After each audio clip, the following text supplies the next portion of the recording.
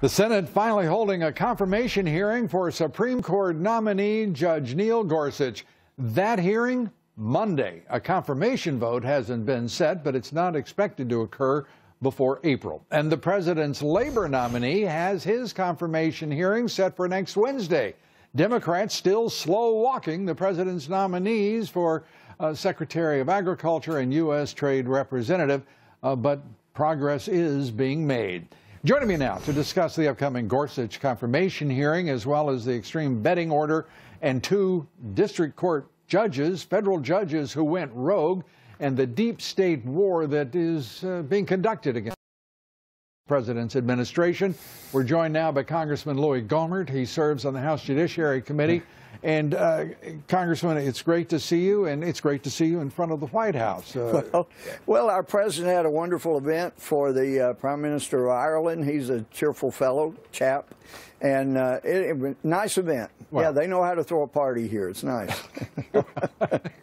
That is encouraging, given all of the sometimes conflicting news that we have to cover. One of the things, let's start with, and it is more than a conflict, it is an outright war being waged by the left-wing judiciary in this country. Two judges issuing stays against the president's executive order, even though it is absolutely lawful in the Constitution, lawful under the U.S. Federal Code. This is beyond comprehension. Your thoughts about it? Well, as a former judge and Chief Justice, I know that you're supposed to rely on the facts that are before you, the evidence that's before you.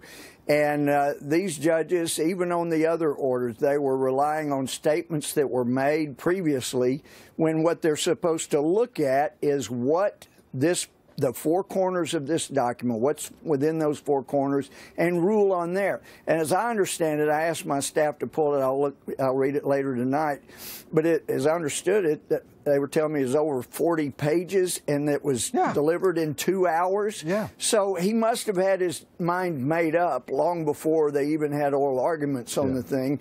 And so it prompted me to start a bill, and I hope to have it done at least by the 1st of next week. As a constitutional law professor said, there is no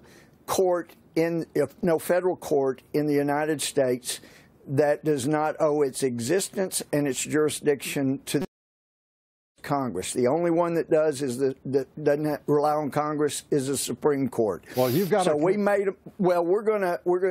I want to take away the jurisdiction of any district or circuit court to handle anything regarding immigration or refugees. That needs to stop. Yeah. These judges need to be stopped at all sorts of things. Yes, and we'll look into. They just literally look at rogue. Impeachment, because he was way out of line, way out of bounds, didn't follow proper judicial procedure. I love the fact, Congressman, that the judge in Hawaii, Judge Watson. He's sitting there. The president who appointed him to the court, President Obama, was in Honolulu at the very same time he was issuing this. And by the way, they graduated in the same law school class. Well, now I heard that he was meeting with Russians in Hawaii. I don't know if there was anything to that, but I bet there is. I'll bet there is. We're going to follow up on that. Congressman, let's talk about a serious judge, and that is Neil Gorsuch. Is set to begin the hearings Monday.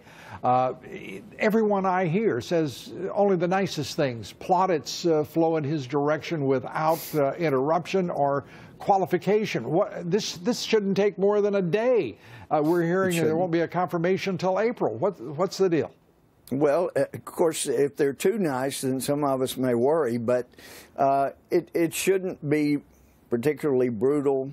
What we're hearing is nice things from everybody, but just because it shouldn't be doesn't mean that they won't make it into something brutal. Jeff Sessions' hearing shouldn't have been as brutal as it was, or nor as long, but and it was good to see our Attorney General tonight. It was great visiting with him again tonight. Well, terrific. So I hope. I've got my hopes up. Trust but verify, but looks like he should be confirmed, and it just needs to happen quickly. You betcha. Congressman, it's good of you to brave the cold. We appreciate your time always, and good to see you here on the broadcast. Thanks so much. Oh, it's so good to be with you.